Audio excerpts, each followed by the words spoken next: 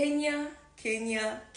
I'm going to tell you both 5 shocking things I discovered in Kenya. I felt like these were so unreal, but I ended up loving them while I stayed in Kenya. Hello guys, I'm Nessa. I'm a Cameroonian who lives in Bahrain, so I decided to go to Kenya for vacation. And these are the things I discovered in Kenya.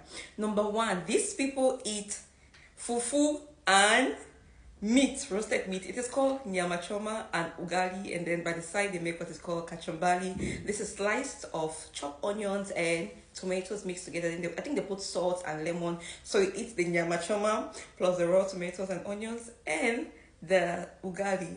I felt like this is not real. I've never seen such a thing. But guys, my days in Kenya, I think I spent 20 plus days in Kenya, and the number of days I spent there, I ate this nyama choma almost every day. It became one of my favorite meals. Meanwhile, it was really weird because I had never seen something like this in Cameroon or in Central Africa. We like eating fufu and soup, but this is different. Number two shocking thing I discovered in Kenya. Kenyans can detect where you're from. They can know from just your physique. You don't even need to speak, but from your physical look, they already know your nationality. Now let's talk about my speaking, how I speak. So I was trying to be like a Kenyan sometime. I'm like, Mambo, Poa Sana. They already know I'm not from Kenya. They already get the accent, they already know. And the third thing is that in Kenya, once they discover you're not from this country, the price of everything increases. Yeah, it's their own way to make their money. I really cannot blame them. So I notice if I go to a place and if I don't speak, they know I'm from Kenya. I just sit and observe and I'm doing my things and I don't say anything. The price is going to be okay. But once I open my mouth and say I'm from Cameroon, most of them were mistaking me for Nigerians. They were like, "Are you a Nigerian?" No, I'm not a Nigerian. I'm Cameroonian. But we share borders, so we're actually like the same kind of people.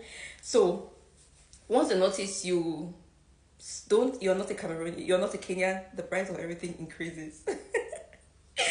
Now let's talk about something else which has to do with the food part. Is that, guys, Kenya is expensive. So just in case you're planning to go to Kenya for vacation, you should have some good money saved up, because you have to spend money because you're not, you're not a Kenyan, and probably you don't have a friend there. So if you have to be in Kenya, you have to, let's say you have to pay Airbnbs, you have to pay hotels, and those are costly. Let's talk about food. My first meal I ate in Kenya was actually strange because I saw them, they made cocoyams and sold in the mall, like boiled cocoyams and sold in the mall. I'd never seen that in my life. This is another strange thing I really need to talk about. I'd never seen this. And then the breakfast I had, I went to one hotel. I cannot remember the name of this place, but it was so nice. I think they gave me potatoes, fried eggs.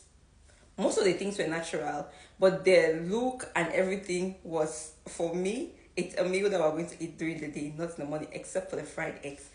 And then let's talk about the fit part. Guys, if you're planning to go to Kenya as somebody who is from Central Africa or West Africa, you're supposed to have something which is called ETA. It's called an electronic pass. In Kenya, they don't have a visa.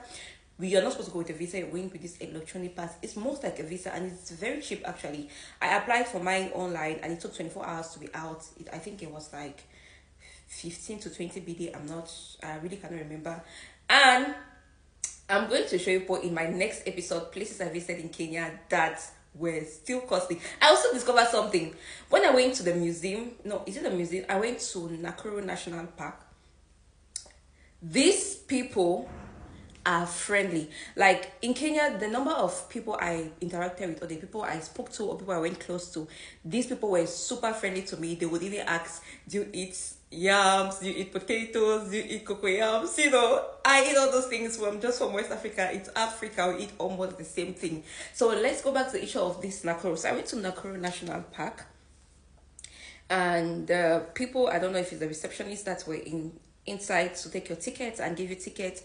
They were super, super friendly to me. The fact that they even knew that I was a Cameroonian, because at the point I felt like if I'm going to Kenya, these people are going to treat me very badly, or they might talk to me poorly because I'm from a different country. But instead, the reverse was true. I was very, very much welcome there.